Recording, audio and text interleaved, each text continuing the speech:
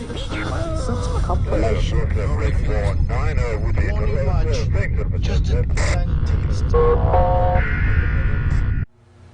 there guys, I'm Chris Bowden and welcome to the Geek Group. Today we're going to talk about relays. This is a standard generic ISO, basic ice cube relay. This is, when you think of relays, this is usually the first thing that people think of, and they call them ice cube relays because, well, it looks kind of like an ice cube. It's a little clear plastic thing with pins on the bottom. Different types of relays have different numbers of pins, and they're arranged the same way the pins on a vacuum tube are. So, yeah.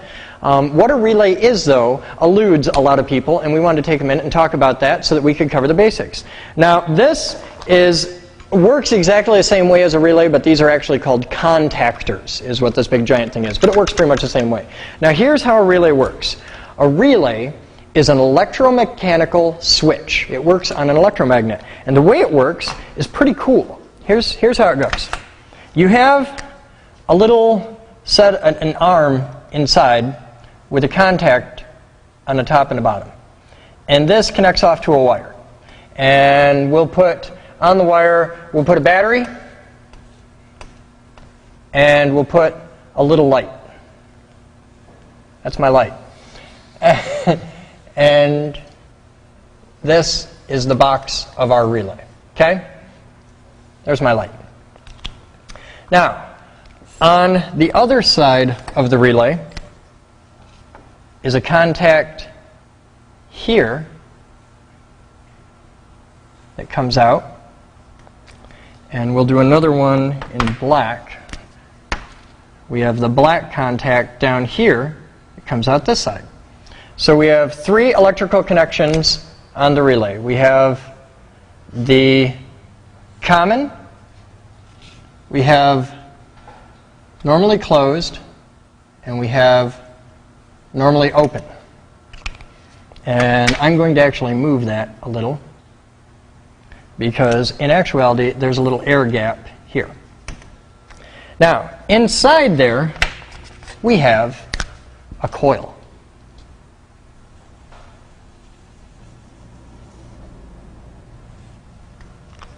And the coil is set up on a form, which is usually just a pin.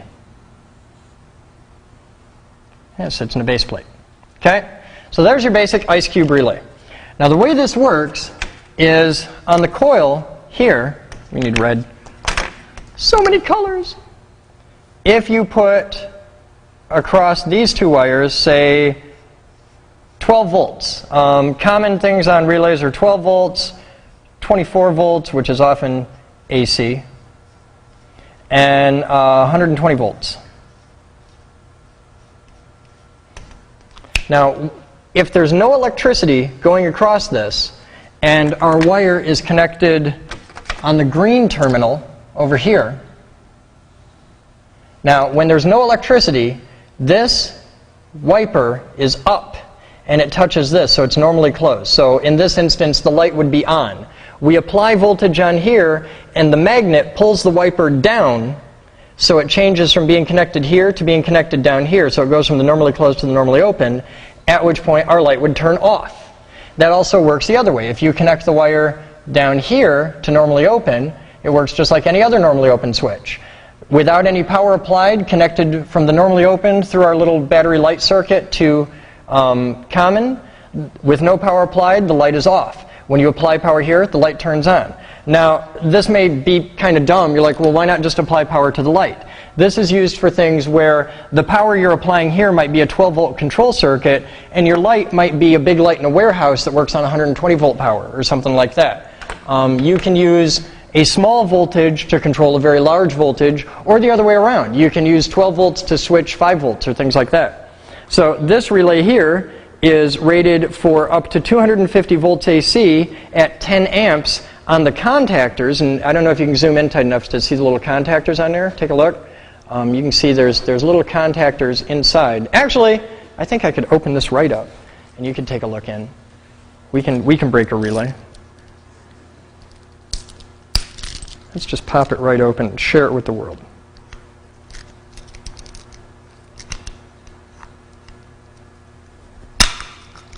Okay.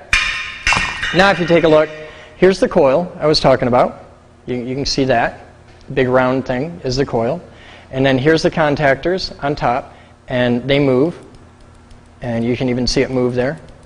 So that's off, and that's on. And there's two wires that come out of the coil, and they actually go through a little neon light on this one, so you can tell when power is applied and whatnot. And yeah, that's the basics of it. You use a control voltage to handle a controlled voltage. And yeah, that's how it works. Now this works on a bigger scale. Here you have a thing with a 120 volt coil where you apply power in on these two, and when that coil moves, it moves a big set of contacts which switch these three wires here. This is 3 poles down to the 3 down here. So you apply 120 volts here, and this is connected or disconnected. And it's got a thermal circuit breaker built into it as well.